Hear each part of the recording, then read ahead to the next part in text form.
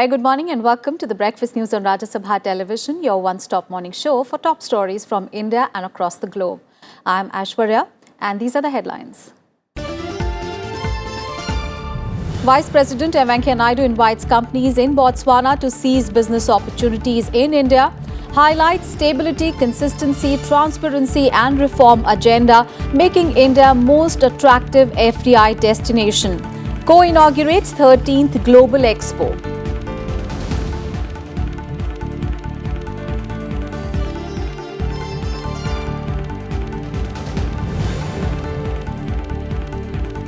First ever India-Japan joint military exercise, the Dharma Guardian 2018 in Mizoram from today. Indian Army and Japan Ground Self-Defense Forces to undertake 14-day-long exercise to further deepen strategic ties, including closer defense cooperation.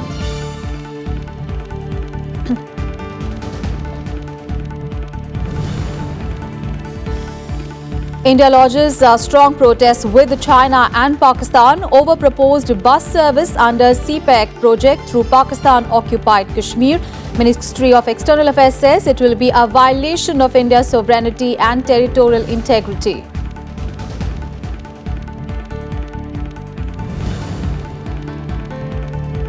Sri Lankan President reportedly agrees to consider convening Parliament session at an early date. Development after meeting with Parliament Speaker. Increasing pressure on President Sirisena as Attorney General also refuses to endorse Ranil Wickremesinghe's dismissal as Prime Minister.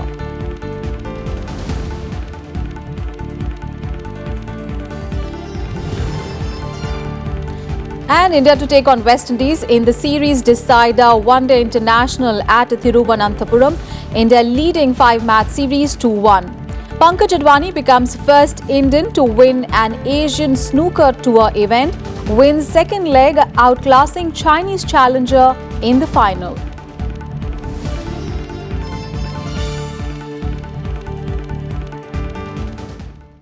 Our top focus this morning, Vice President Venkaiah Naidu is in Botswana on the first leg of his three-nation Africa visit. On Wednesday, he inaugurated the 13th Global Expo 2018 along with his Botswanian counterpart. And addressing business leaders at the expo, he said that India is moving rapidly on the path of economic transformation and he invited companies in Botswana to seize business opportunities in India. But Naidu said that Botswana and India enjoy a long-standing and enduring partnership as the two countries share the common values of democracy and also strong people-to-people ties. The Vice President also said that India's engagement with Africa over the last 4 years has been unprecedented. India-Botswana bilateral trade has increased by 26% and is valued at $75 billion in 2017-18. Botswana and India enjoy a long-standing and enduring partnership because we share the common values of democracy and strong people-to-people ties.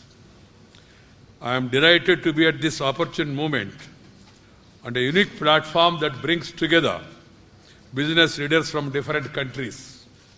I consider this yet another milestone of India-Botswana business relations. India's relationship with Botswana has remained close and warm. Our engagement has enhanced over the years, including the areas of defense, security, trade and business, healthcare and capacity building. Dear brothers and sisters, it is indeed a matter of great satisfaction that India-Botswana business ties have been growing steadily over the years. Our bilateral trade is valued at $1.75 billion in 2017-18. It is impressive to note that our trade has increased by 26% in 2017-18. Both of our countries need to sustain this upward trend. And today, the Vice President will hold delegation-level talks with his Botswanian counterpart. And the talks will be followed by signing an exchange of agreements. The Vice President of Botswana is hosting a banquet lunch for Vice President Naidu. The Vice President will also meet the Speaker of the National Assembly in the Botswana Parliament. And later today, an Indian community reception has also been organized for the Vice President. And during the week-long Africa visit, the Vice President will also visit Zimbabwe and Malawi, where he is scheduled to interact with the heads of state of business and also address Indian community. He is accompanied by a high-level parliamentary delegation comprising of Minister of State for Social Justice and Empowerment, Krishan Pal Gujar, and 4 members of parliament.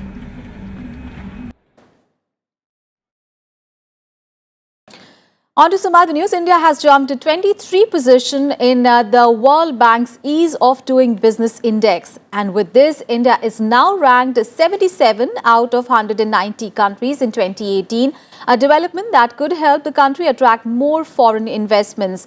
It was ranked 100 in 2017, making a leap of 30 places.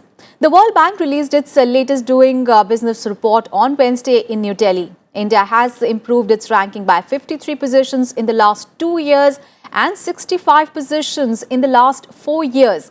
Addressing a news conference, Finance Minister Arun Jaitley said that India can crack into top 50 if it improves on the time taken for registering real estate, starting business and enforcement of contracts. Position number 142 पे थे. We were 142. तो 142 से 5 साल में 50 तक पहुंच जाएं, ये शायद आज तक वर्ल्ड बैंक बिजनेस रैंकिंग्स में हुआ नहीं है. 3 साल बाद हम 100 नंबर पे थे, 4 साल बाद हम 77 पे थे. And amid reports of mounting tension with the RBI, the Finance Ministry has said the government has respected the autonomy of the central bank and has been holding extensive consultations with it on many issues. It said that both the government and RBI in their functioning have to be guided by public interest and the requirement of the Indian economy. It said that RBI's autonomy is essential and will be nurtured. The Finance Ministry in a statement said that the autonomy for the central bank within the framework of the RBI Act is an essential and accepted governance requirement.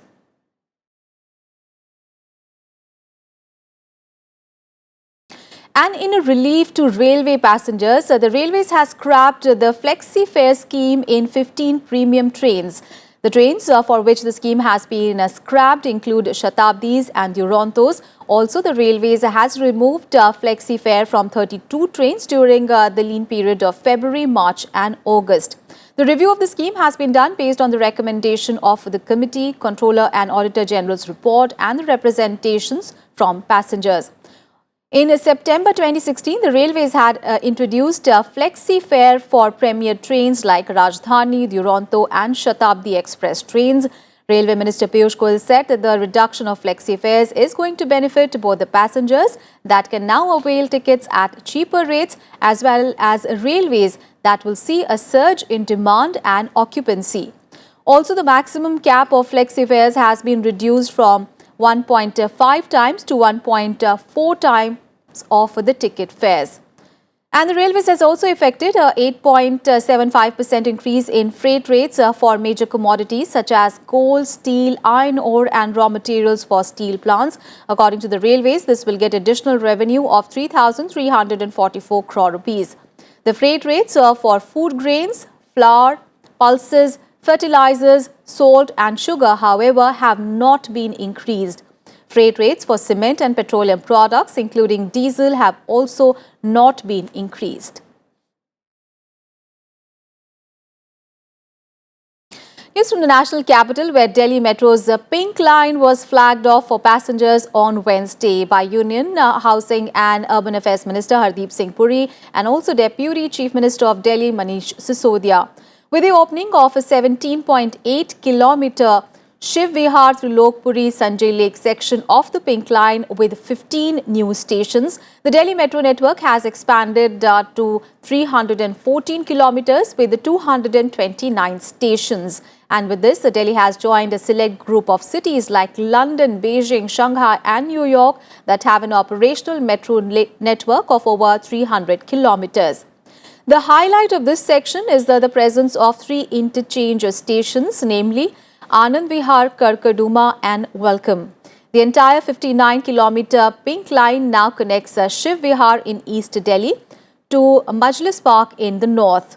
The stretch connecting Majlis Park to Lajpat Nagar in South Delhi was opened earlier this year in 2 phases. And with this, the Delhi Metro will be running 4,749 trips a day, which is the highest ever so far. The new Karkaduma station at the Pink Line is now the second highest metro station on the entire network at a height of 21 meters above the ground. 15 के 15 station elevated हैं और लगभग 35 minute में आप ये जो distance है शिव विहार से त्रिलोकपुरी संजय लेक, ये रफली ट्रैवल टाइम रहेगा। इस सेक्शन को बनाने में काफ़ी चैलेंजेस आई। इसमें 10 से ज़्यादा पॉइंट्स ऐसे हैं जिसमें वेरी शार्प कर्व्स हैं। एनी जो भी कर्व जो 300 मीटर से कम हो उसको हम शार्प कर्व मानते हैं और एक कर्व मेरे ख्याल से 200 मीटर से भी कम है, 197 मीटर्स का भी कर्व है। Let's get you some other news now. The Supreme Court has asked the Centre for the pricing details of the 36 Rafale fighter jets that are being purchased from France. Now, agreeing that strategic and confidential information need not be disclosed, the Apex Court asked the Centre to provide the details in a sealed cover in 10 days. Attorney General K.K. Venugopal expressed reservations about disclosing the details of the pricing of the jets, saying that the documents are covered by the Official Secrets Act.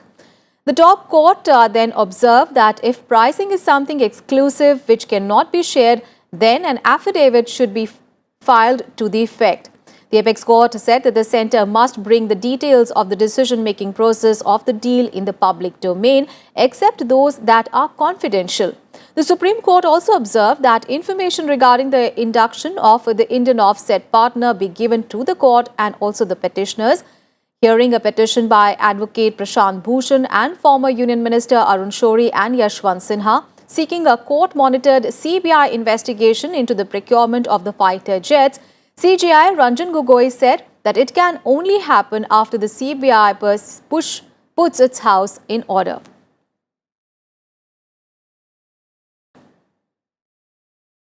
In Breakfast News, we'll take a very short break here. We'll be right back with more news. Don't go anywhere.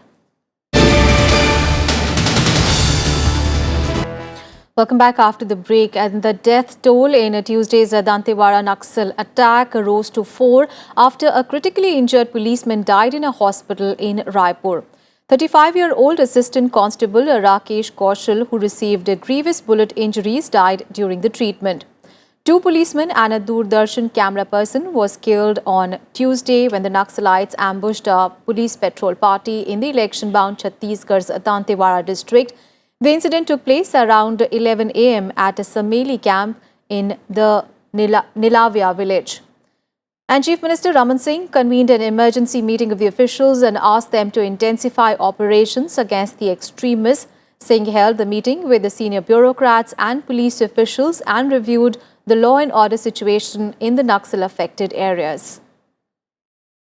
बाहर से भी बहुत बड़ी संख्या में media आ रहे हैं और स्थानीय लोग भी घूम रहे हैं, तो एक सुरक्षा की आवश्यकता है। जो घटनाएं हुई उस घटना में कहाँ पुलिस को और बेहतर करना था, उस सब बातों को डीजी नक्सल ऑपरेशन, डीजी पुलिस और सीएस के साथ बैठ के बात किया। तो मुझे लगता है कि आगे के लिए पूरे न केवल बस्तर के लिए बाकी सभी जगह हम सभी दल के लोगों का, सभी मीडिया का बेहतर सुरक्षा और कैसे हो सकता है, उसके लिए एक रोड मैप लोगों ने बनाया।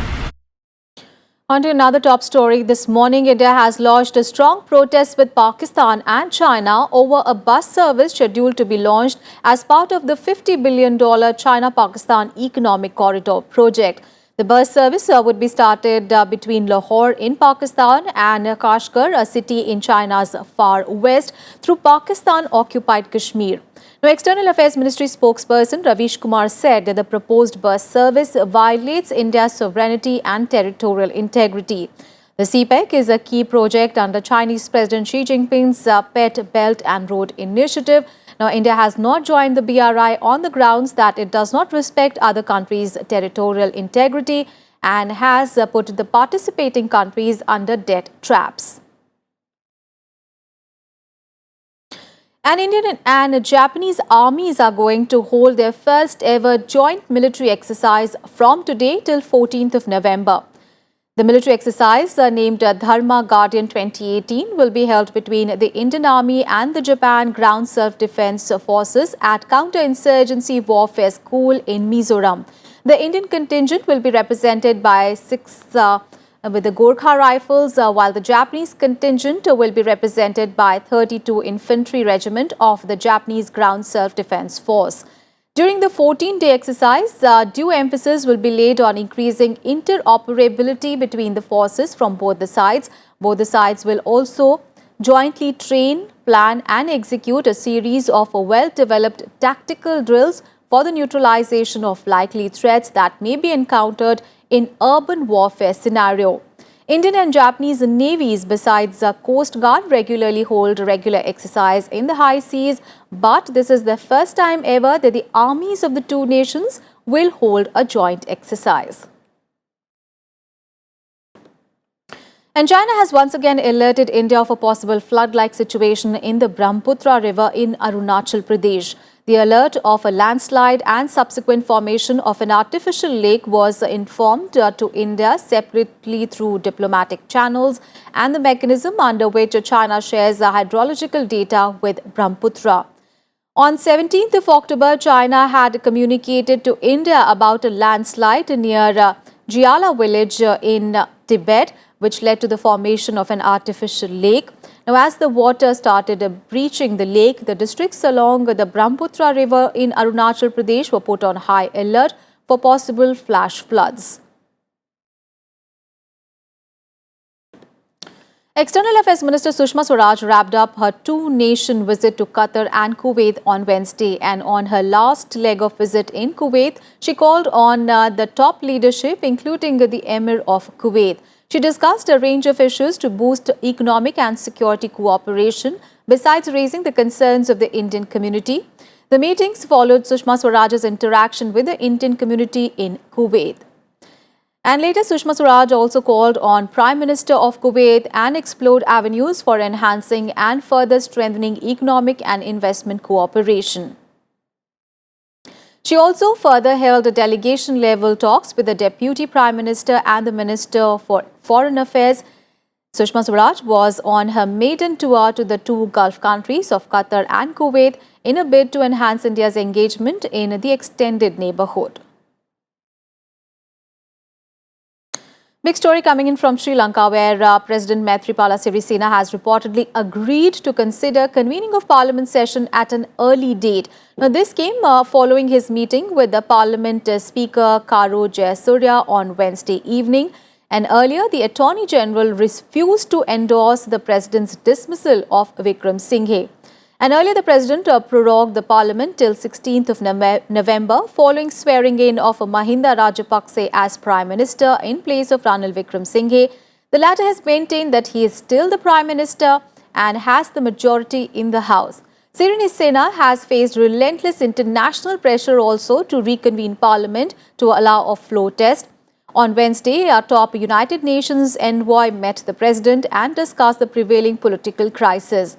The United Nations Secretary General has also expressed great concern over the deepening political crisis. In a related development, a group of ambassadors from UN, EU, Britain, Canada and Germany also met with the Speaker at Parliament and expressed their concern over the unexpected political developments in Sri Lanka.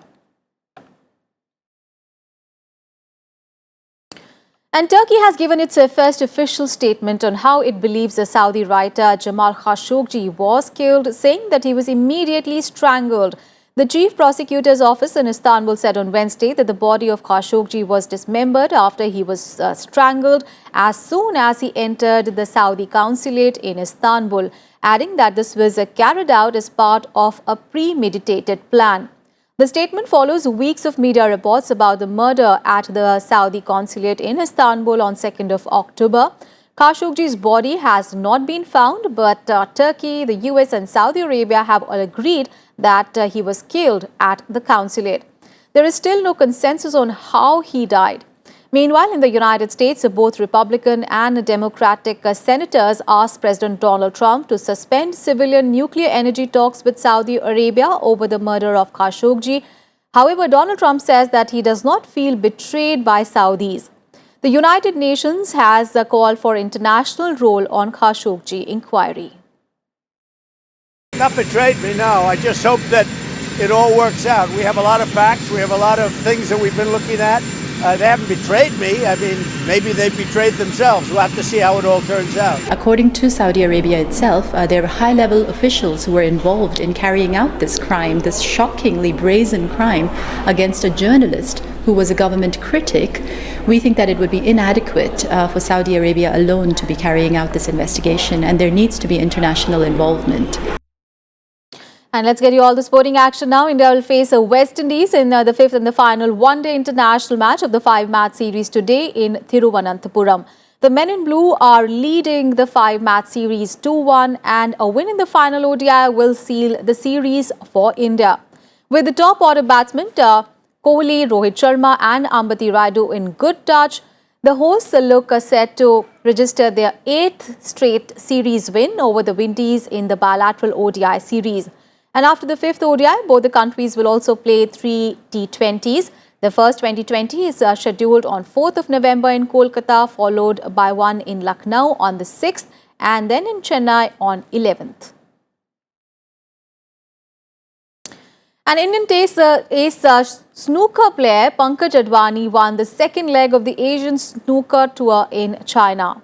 19-time world champion Pankaj Advani defeated China's Jureti 6-1 in the final to become the first Indian to win an Asian Snooker Tour event. Advani registered one-sided victories in every single game that he played from the league stage to the knockout phase.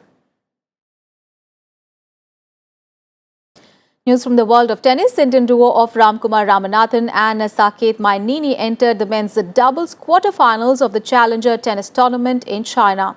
Though Ramanathan was knocked out of the singles event by Egypt's Mohammad Sawad, but then he, along with Mainini, managed to enter the doubles quarterfinals. The Indian duo advanced to the last 8-pair stage with a 6-3, 3-6, 10-8 win over their Chinese opponents. The duo will face another Chinese pair of Wu Di and Ter Rigele in the quarterfinal bout today. And in the men's singles, Sasikumar Mukund will face 8-seeded Philip Pelivo of Canada in the round of 16. Earlier, Mukund defeated Wu Yibing of China in the round of 32. An Indian shuttler, Rituparna Das, entered the pre-quarterfinals of the Macau Open World Tour Badminton Tournament. Rituparna defeated Chiang Yi Lee of Taiwan 21-13, 21-7 in the women's singles. She will face Hang Yui of China today in the pre-quarterfinals. While in the men's singles, it was curtains for former Commonwealth Games bronze medalist RMV Gurusaidutt, who lost his match to his Thai opponent. And that's it in this edition of Breakfast News. Thanks for watching. Have a great day ahead.